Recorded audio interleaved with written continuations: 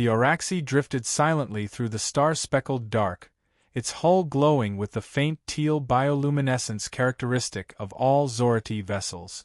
For the insectoid species, the ship was not just a machine, it was alive, pulsing with the slow heartbeat of its energy core.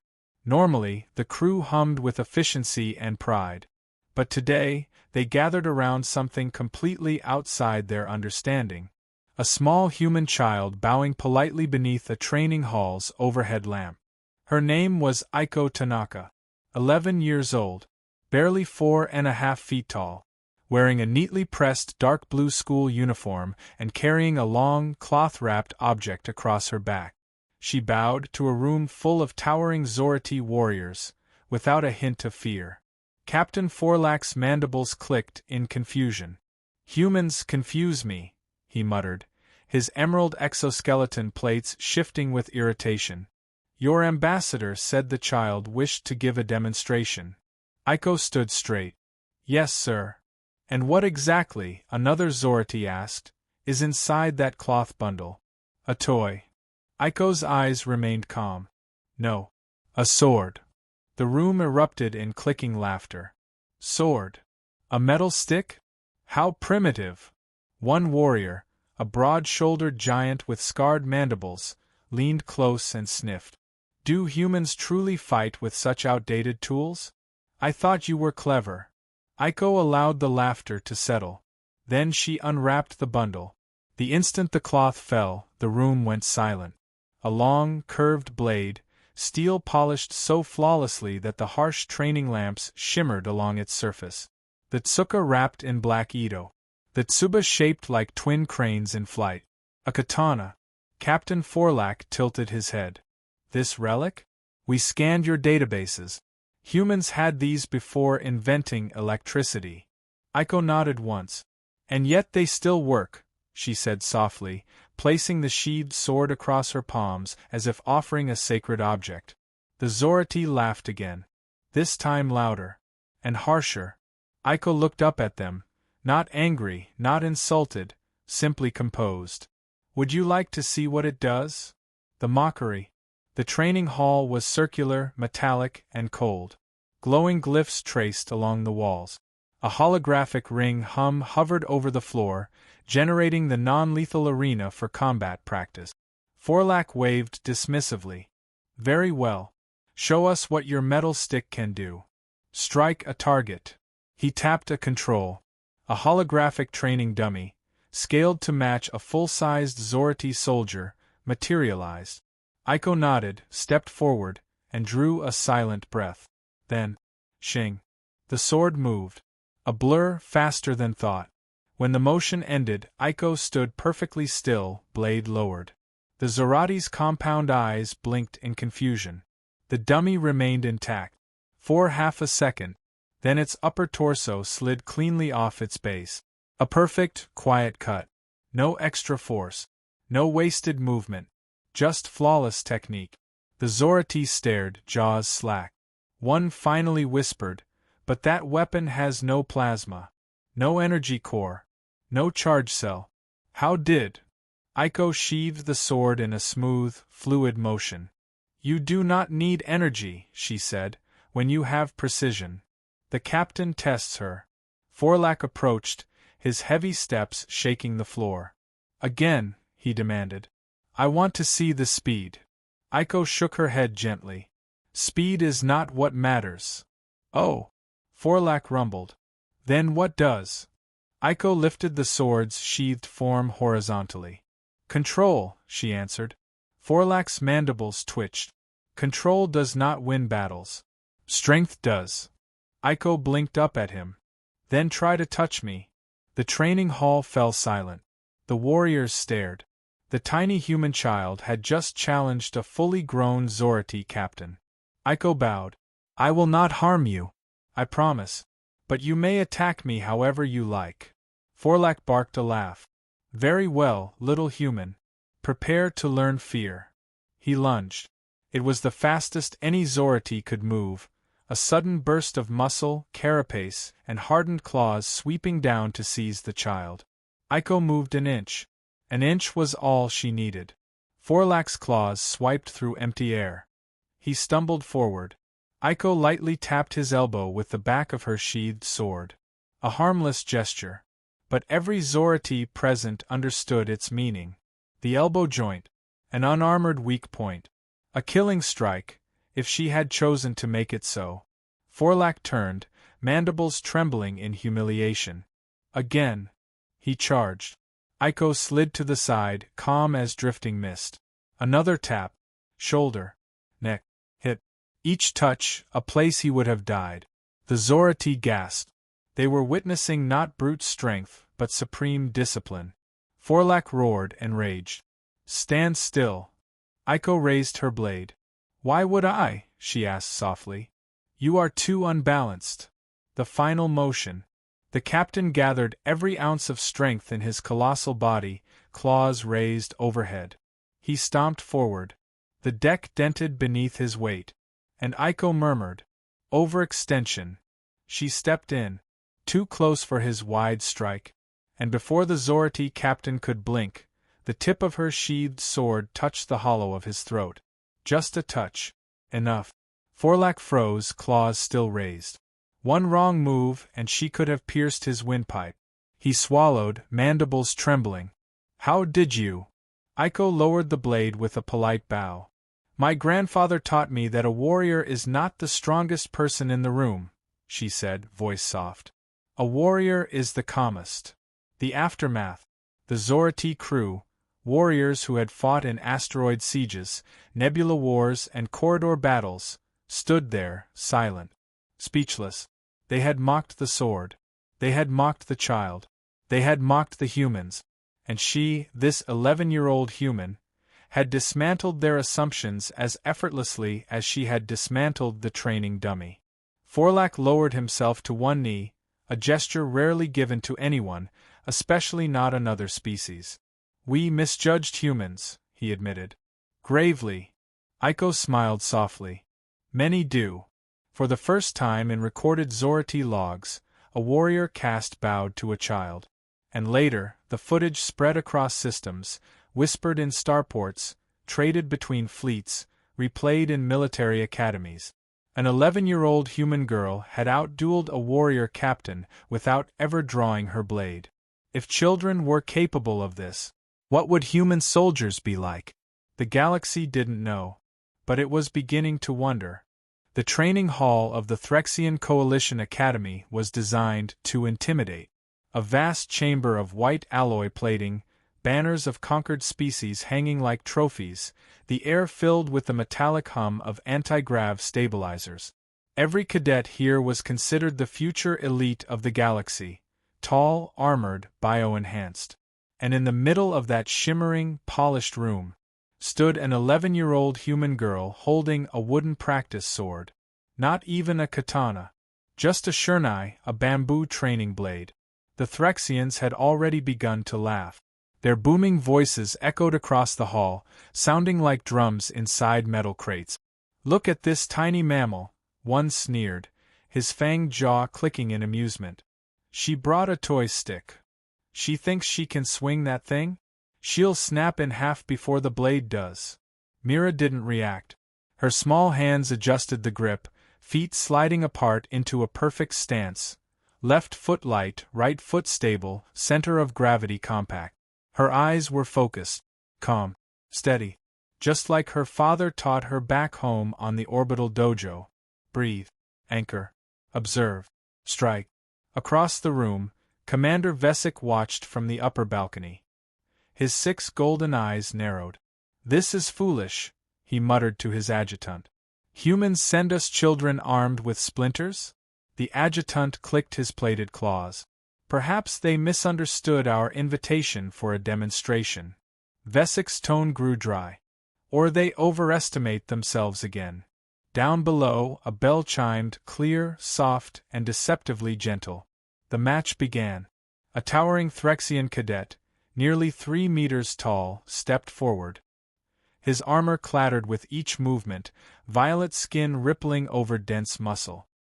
He wielded a shock lance the size of Myra's whole body. You may strike first, he mocked, bowing with theatrical arrogance. Mira bowed back. Then she moved.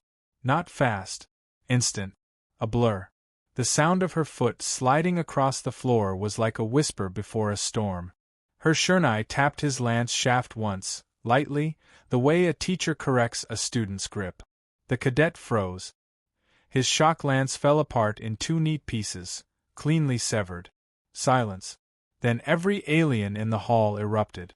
Impossible! She didn't even use energy. That child, what did she do? Mira didn't speak. She simply shifted her stance again. Another cadet, furious, charged with twin electro-sabers humming purple arcs. His foot stomped, heavy, unbalanced, overconfident. Myra's eyes sharpened. She pivoted. 1 strike. 2 taps. 3 step. He collapsed, weapons spinning away, his armor's fastening straps sliced open so surgically that they fell off like fabric unthreading in slow motion. Her shernai, just layered bamboo, should not have been able to do this, but Mira didn't fight with force. She fought with intent, timing, precision. Human instinct sharpened through 12 generations of sword masters. Watching her, Commander Vesik's throat plates tightened. "This," he whispered, voice almost cracking. "This is ancient Earth martial technique." The adjutant stiffened. "But Commander, she's a child." Vesik replied, "Humans are not like other species. Their weakness is their strength. Small frames become fast. Fragile bodies demand mastery. Short lives forge obsession." As if to prove his point, Mira raised her shernai and spoke for the first time. "Who's next?"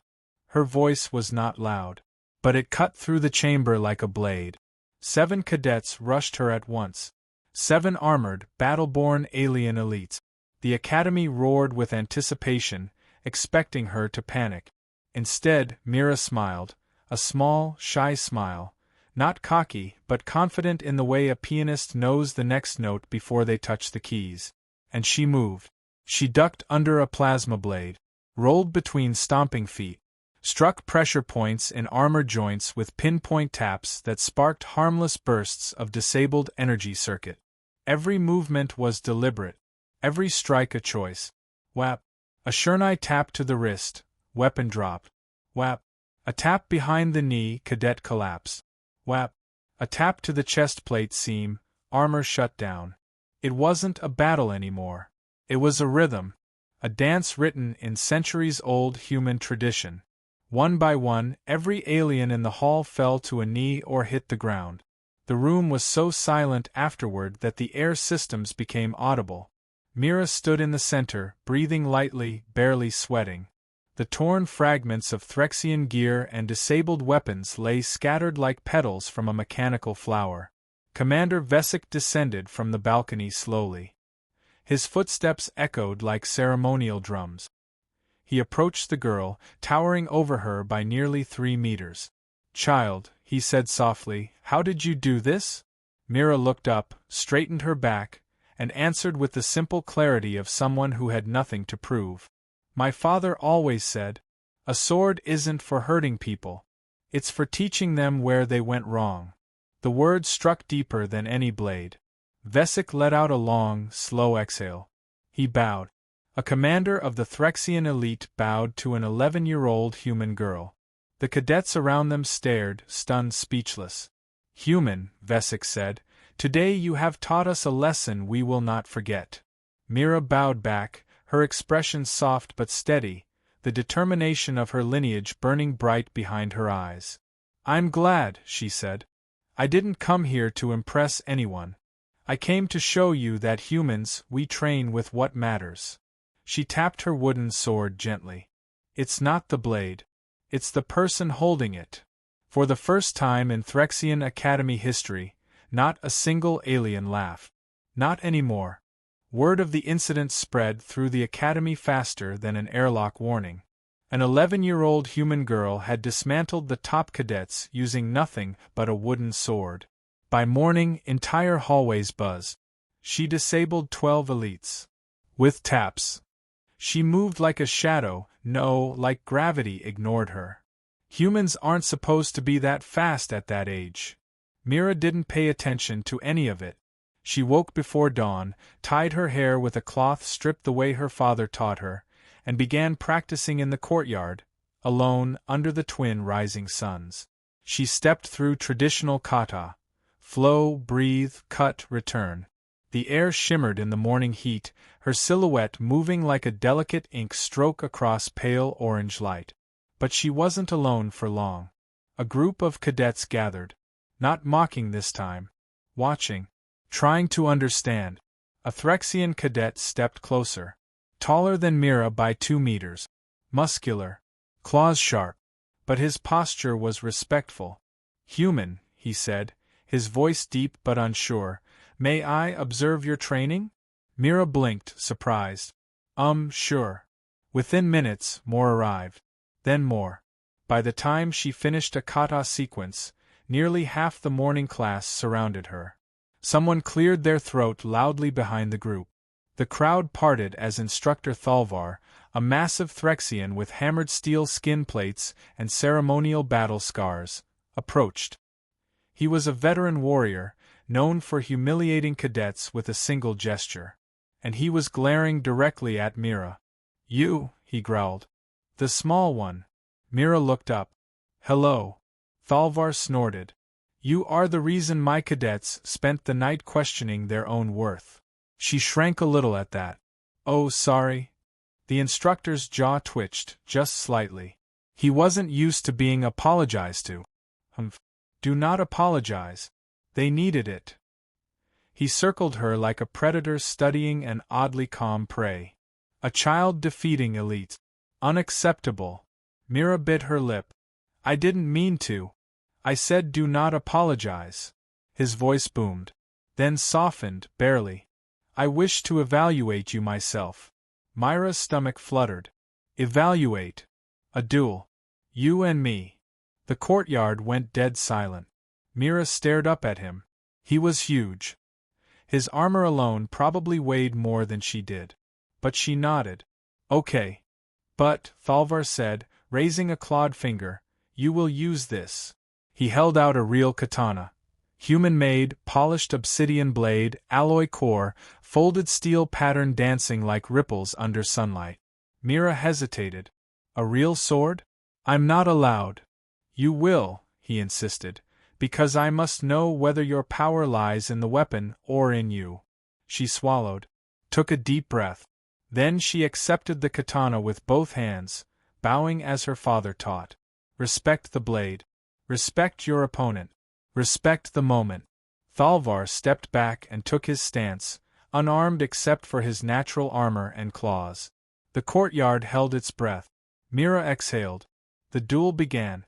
Thalvar charged first, shockingly fast for his size, metal plates clattering like thunder. He slashed downward with a claw that could rip through hull plating. Mira moved at the last possible moment, the katana sweeping up in a controlled arc. Clang! Sparks flew. Every cadet flinched. But Mira held firm. Thalvar pressed harder, pushing her back with sheer power. She slid 3 steps but didn't break stance. "Good," he grunted. "Very good." He swung again, a wide horizontal slash. Mira ducked so low that her hair brushed the ground. The blade hummed above her, slicing air. She leapt back to her feet and tapped the instructor's wrist with the flat of her blade. Just a touch. Thalvar jerked back as if stung. "You held back." "I don't cut people," Mira said softly. "Not unless I have to." The Threxian warrior's eyes widened in deep respect. He attacked again, faster, more precise. Mira responded like flowing water. Parry. Sidestep. Redirect. Tap. Her movements weren't about overwhelming force. They were about perfect placement. Finally, Thalvar lunged with both arms extended. Mira stepped sideways, one delicate step, and placed the katana's tip at the exact seam between 2 of his armor plates. One single push forward would have pierced his heart. The courtyard froze. Thalvar looked down at the blade. At the small girl holding it without trembling. Slowly, deliberately, he raised both hands in surrender. "This duel," he declared loudly, "is over." He bowed. A full, deep, disciplined warrior's bow. Every cadet fell silent. Then, one by one, they bowed too. Not because Thalvar forced them. Because the galaxy's most feared young warriors realized something rare. They had just witnessed mastery. The kind that transcended species. The kind that rewrote expectations. Thalvar straightened and spoke loud enough for the entire academy to hear. This human child is not here to amuse us. She is here to teach us. A murmur spread through the crowd. She is a warrior. She is disciplined. She may be the best among us. A girl taught us discipline? Mira stood stunned, cheeks red, unsure what to do with so much attention. Thalvar placed a massive hand gently on her shoulder, careful, respectful. You carry more strength than your size, your age, or your species would suggest, he said. Perhaps more than some adults I've known. Mira swallowed. Thank you. He pointed to the katana. That blade is yours now. You have earned it. But... no. His voice shook slightly. You reminded us what a blade is meant for. He repeated her earlier words.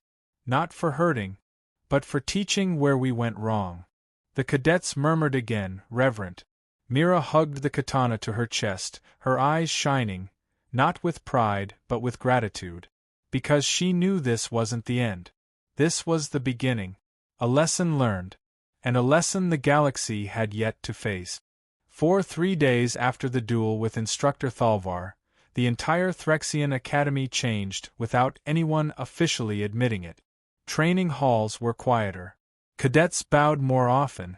Mockery, once a constant background noise, had vanished completely. Wherever Mira walked, towering alien cadets stepped aside respectfully. Some saluted. Others lowered their heads the way warriors acknowledge a superior fighter. Mira didn't enjoy the attention. She only wanted to get better. On the 4th morning, she was practicing in the courtyard, katana glinting under the twin suns as she moved through the kata of the 4 winds, a flowing sequence of steps, cuts, feints, and controlled breath. She didn't see the shadow approaching until it stood directly beside her. Commander Vesic, the Academy Overseer, the six-eyed legend, the Threxian war hero whose name whole star systems recognized. Mira froze mid-step, nearly stumbling. Commander, I didn't know you were. It is fine, child, Vesic said, raising one hand. His voice was unusually calm. Your discipline and training is admirable. Few cadets practice before dawn. Mira smiled shyly. My dad says morning is when your mind is quietest. Vesic's 6 eyes blinked in a ripple. Wise advice. He studied her stance. The instructor reports your katana handling is beyond extraordinary. Mira looked down. I'm still learning. Vesic chuckled. All true warriors say that, especially the dangerous ones. Before she could answer, the academy alarm chimed. A deep, resonant tone. Cadets rushed across the courtyard, weapons ready. Mira flinched. Vesic turned toward the approaching officers. Explain. A Threxian guard saluted. Commander, the High Council is requesting a verification trial for the human. Vesic's voice rumbled with displeasure. A trial? For a child. The Council demands proof, the guard said. They've heard she defeated Elite. They believe it is either fabricated or impossible. Mira frowned softly. It's okay. I can show them. Vesic exhaled slowly. He knelt so his tall frame didn't loom over her. Child, the verification trial is not a duel. It is a gauntlet. A test meant for adult warriors. You will face evaluators from 10 species, each using their own combat doctrine. Some are gentle. Some are not. Mira tightened her grip on her katana. I'll be careful. Vesic stared at her a long moment. You do not fear them? I don't want to disappoint anyone. The commander's expression shifted, something warm, almost paternal. Very well, he said softly. I will not deny the request. But I will accompany you. Mira nodded. And the trial began. The trial chamber. A colossal arena carved from dark metallic stone, lit by drifting spheres of blue luminescence. Platforms floated at different heights. Mechanical barriers shifted. Gravity fluctuated in controlled patterns. The observation balconies were filled with hundreds, commanders, strategists, scientists, from 10 different species. Mira stepped into the center, a tiny figure in a ring built for giants. Her katana remained sheathed. "Candidate," a booming voice thundered across the chamber. It belonged to a council overseer with crystalline skin and a luminous core. "You will face 100 evaluators across 10 categories. Defend yourself. Do not attempt lethal strikes. Begin when ready." Mira bowed deeply. "I will do my best." The first evaluator, a bulky 6-limbed Daruthan, charged with seismic stomp. His 4 fists slammed down like meteors. Mira exhaled, slid sideways, soft as paper in wind, and tapped his wrist with the flat blade. He froze. Council murmuring began. The second evaluator, a feathered Vakare archer, fired stun bolts at lightning speed. Mira weaved between the streaks like she had memorized their path. A tap to the bow arm. A tap to the knee joint. Evaluator disabled. Impossible reflexes. Predictive movement. Is she reading them? On and on they came. A massive Korthor carrying a plasma hammer. A lithoid being who struck like collapsing mountains. An Arene psychic who manipulated air pressure. A serpentine Shultar who moved like liquid metal. But Mira moved like water, remembering the shape of every stone it ever passed. She never struck hard. Never injured. Only corrected. One tap, a disabling joint. One shift, dodging a lethal arc. One step, turning a charge into a stumble. Each evaluator fell respectfully. 100 challengers. 0 harmed. The council chamber buzzed louder and louder. She's predicting biological rhythms. No, she's reading intent. Humans cannot be this adaptive. This child, she's rewriting what we know of their physiology. After the final opponent fell, Mira stepped back, breathing lightly, as if she'd simply finished warm-up exercises. The luminous council overseer rose. "Human child," it said, "explain. Your movements, they defy our models. How did you pass the trial without landing a single damaging blow?" Mira looked around nervously. "I didn't want to hurt anyone. I just wanted to show that my blade isn't a weapon. My dad says it's a lesson you hold in your hands." Murmurs rippled again. But this time, not disbelief. Respect. Admiration. Commander Vesic stepped forward. "This academy has trained warriors for centuries. Yet in all that time, none have demonstrated mastery, true mastery, with such humility." He turned toward the council. "You doubted her. You mocked her species. Yet she has bested your evaluators with precision, control, and compassion. What more proof do you require?" Silence. Then the overseer spoke simply. "The trial is complete." Vesic nodded. "And her judgment?" A long pause. Then, "The human girl is worthy, and we have much to learn." Cheers erupted from the balconies. Cadets stomped their feet in salute. Officers bowed their heads instinctively. Mira stood there, overwhelmed, clutching her katana's sheath. Her cheeks flushed pink. I did okay." Vesic placed a massive hand on her shoulder. "Child," he said gently, "you did what no one else in this academy could do." He smiled, a rare, deep smile that softened even his hardened face. "You taught us all a lesson." Peace returned to the academy. But the galaxy? The galaxy was only beginning to talk. Within hours of the verification trial, every military network from the core fleets to the outer fringes was filled with replay footage. An 11-year-old human girl navigating complex combat patterns, defeating 100 elite evaluators, with a single wooden sword's discipline infused into a steel katana. Mira didn't know any of this. She was sitting alone under the courtyard magnolia tree, one of the few earth plants that grew well on Threxian soil, gently cleaning her katana with a cloth like her father taught. Stroke. Fold the cloth. Stroke again. 2 suns filtered through the branches, casting warm, speckled light across her face. She hummed a tune her father used to play on an old holorecord. She didn't hear the footsteps until a shadow fell beside her. Commander Vesic. He held a datapad with trembling claws, an uncharacteristic display. Mira, he said quietly, a message has arrived. From Earth. Her hands froze on the hilt. My dad. No, Vesic said gently. From the United Terran Council. Mira blinked. That's really important people. Yes, he replied. And they request something of you.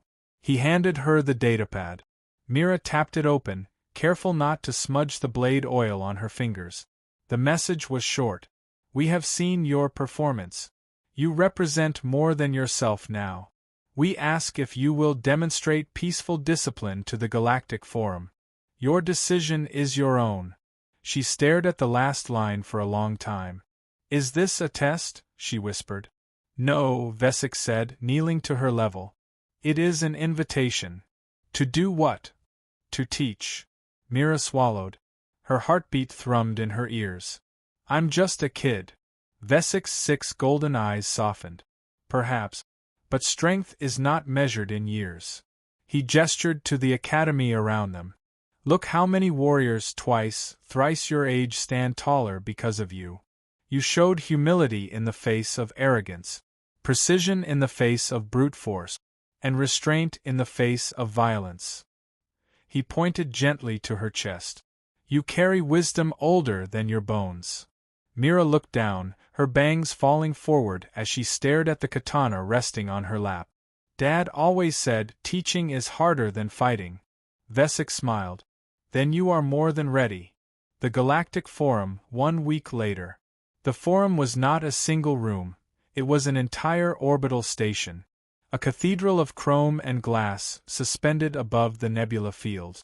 Delegates from 100 worlds filled the tiered observation chambers. Old rivalries, prized warriors, skeptical tacticians, and in the highest balcony, the Terran Council. At the center of the grand arena, a spotlight illuminated a tiny figure standing alone. Mira. Human. 11 years old. Clutching a katana that gleamed like a star condensed into steel. A murmur rippled across the chamber. Impossible. This is the human weapon they spoke of? A child. A symbol? Or a threat? The Forum Chancellor, a towering crystalline monarch, raised its voice. Human child, Mira of Earth. You have been summoned to explain what the galaxy has witnessed. A student defeating 100 elite evaluators without lethal intent. 1,000 eyes watched. Mira bowed. Thank you for inviting me. Her voice was small, but the acoustics made it ring like a bell. I know everyone is confused, she continued. You saw a kid with a sword beating people way bigger than her. I'd be confused too. A few delegates chuckled. Others shifted uncomfortably. But I wasn't trying to scare anyone, Mira said softly. I was showing what humans believe. That strength isn't about hurting someone. It's about knowing when not to. Silence. She lifted her katana, slowly, respectfully. This sword isn't for violence. Not for victory. Not for pride. It's for learning. She pointed it downward, the universal symbol of peace. In my dojo back home, we say, the blade teaches you more about yourself than about the enemy. Delegates leaned forward. Mira took a deep breath and continued. You laughed when you saw it. When you saw me. When you saw humans trying things you didn't expect. That's okay. People laugh when they don't understand something. She looked directly at the first row of commanders. But laughing stops when learning begins. A ripple surged through the crowd. Whispers. Shock. Respect. She sheathed the katana with a clean, decisive click. I don't want the galaxy to be scared of humans, Mira said, voice trembling slightly. I want you to understand us. We don't grow strong because we're born strong. We grow strong because we learn. And we don't give up. She bowed deeply. I hope you'll learn with us. The last sentence hung in the air. And then, the forum erupted.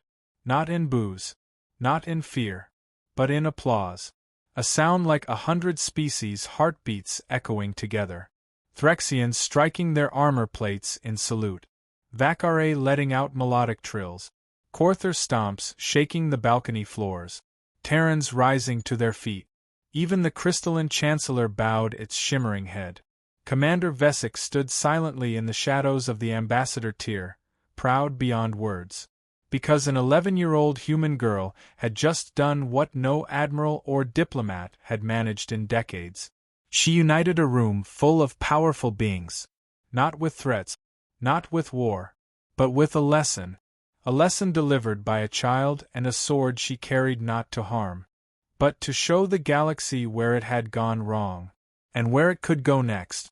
Humanity had been underestimated. Now, they would be understood.